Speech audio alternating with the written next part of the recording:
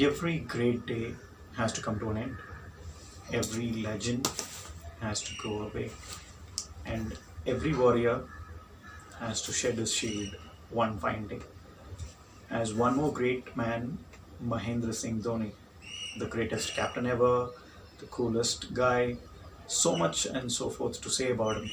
But all I'm going to speak about in this video is five statements that he made in random interviews, which made a huge difference. And these are life lessons I feel out of this great guy.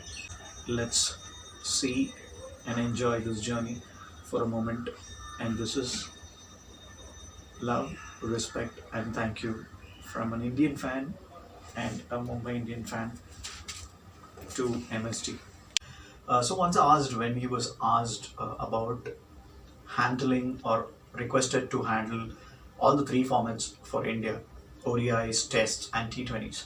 So he simply answered stating that when you are performing at the top level, like representing a country on a sports like this, the pressure is going to be always there, whether you're a player, a captain, in whichever format. So it is as good as you're already being put on 100 kg on top of you, which is weighing you down, and just going to be adding weights on top of it is not going to make a huge difference because you already started feeling the pressure on top of you long back. So it's amazing. He says the first 100 kg was a pressure, then when you start learning to handle, even a mountain put on top of it wouldn't make a huge difference. It's just added weight. You don't know the amount of the weight. Exactly the point. We want to start something in our life, personally or professionally. We are scared about the pressure. Once you start, take it up. What comes on your way, you would be automatically handling it and going ahead with it. And the second point, he said once we were washed out. Washed out is, for someone who doesn't understand cricket, is, for example, you have a 4-match series, we lose all that to the opponent side. So we were coming out of back-to-back washouts. First we lost to Australia with 4-0 on a test series, then continued by England on a 5-0 or 4-0. So when question asked which of these series makes you feel better in terms of performances, though we had been defeated both the times, he simply answered, which is one of my favorite answers. He simply said, when you die, you just die. You don't think which is the better way to do it. That's the best way to accept that you failed, learn and move ahead of it, and not sticking around thinking of it for a longer term. That's just amazing for a leader, because the moment you get suck up to the failure, your team gets demotivated, follows you. So it's amazing that he accepts that the failure is there. We contribute together to move ahead from there. So the third wonderful answer was, the question was, he was asked, what else is left out to be achieved for him, because he won the ICC Champions Trophy, ICC World T20, then 50 overs World Cup for India, then we ranked first in tests. In IPL, he had back-to-back victories for Chennai Super Kings. What left to be achieved? The charisma, the confidence, the self-belief is all put together as simple and straightforward answer. He just said, I don't mind repeating them. It takes lots of courage to say that, believing in yourself, believing in your team, to go ahead and do what you have done already, which is greatness. That shows the ability, the confidence that he had in himself, and the self-belief.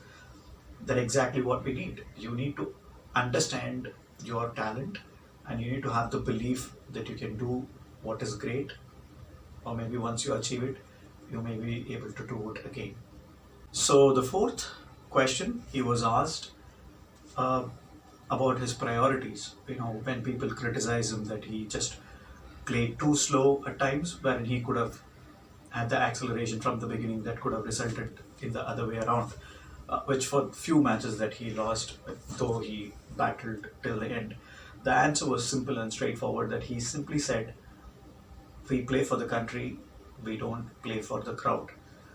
It might have been misunderstood in a rude way for the fans, if not, because it's exactly what is the differences. On a higher level, on an international level, when you play, you just don't go out and hit sixes because people want you to do or they love watching you do it. It is about thinking of the overall goal, stay put in, take your own time to settle, get the team over the line of victory. That's a great point. Most of the time in life, we always do things to please people around. Sometimes even it could be your loved ones or the way you dress. You just want to please the people. That's not the way life works. You need to do things which needs to be done to be successful or to achieve your own goal. That would make a difference. Legends or successful people do what needs to be done, not what people want them to do. So this is pretty much like could be the reason for his own retirement. People who are successful in their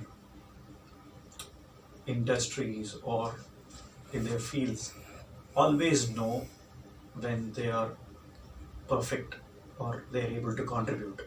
So in one of the interviews, he clearly mentioned that if you don't feel 100% fit, just because you're getting a chance, if you're going and playing there, you're actually cheating. So you need to be honest to yourself. Even before getting an opportunity, you should prepare yourself that you're good enough to go there, contribute, whether it's a team game or an individual contribution. You should know that you're able to do something to the opportunity that is provided. You just don't go and take it because it came your way. So be honest to yourself. That makes you believe in what you do and simply provide successful opportunities moving ahead. This is one last thing that I loved, which I didn't count it in one of the interviews in the midway of the tournament press conference. India was not doing that great. A journalist asked him, do you think India has already conceded defeat? He simply answered, till there is no full stop, it is not the end. Exactly the point. The defeat that you have every now and then, or the defeats that is in the process of making you successful, is not the end. Unless you compete, and achieve it, there is no full stop, there is no end to it. So never give up.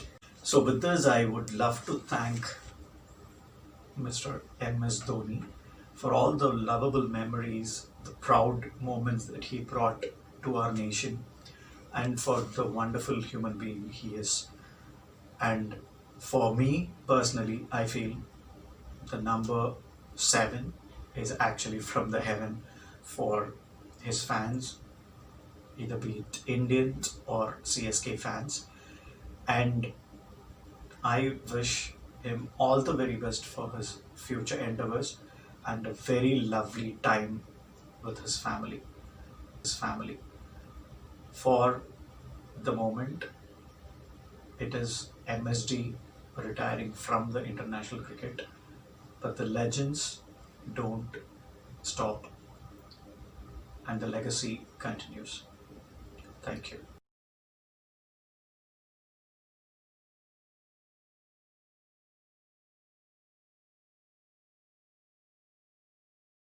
Can you just do me a favour? Can you just whisper in MS's ear that I'm a better golfer than him, please? I'll do that after this ball. Thank you. Come on, you've got an opportunity now. Please tell him. Please tell him. भैया Kevin Pietersen बोल रहा है कि वो आपसे better golfer है. He's still my first test wicket. It was a referral. It was a referral. And Tala, this is for you.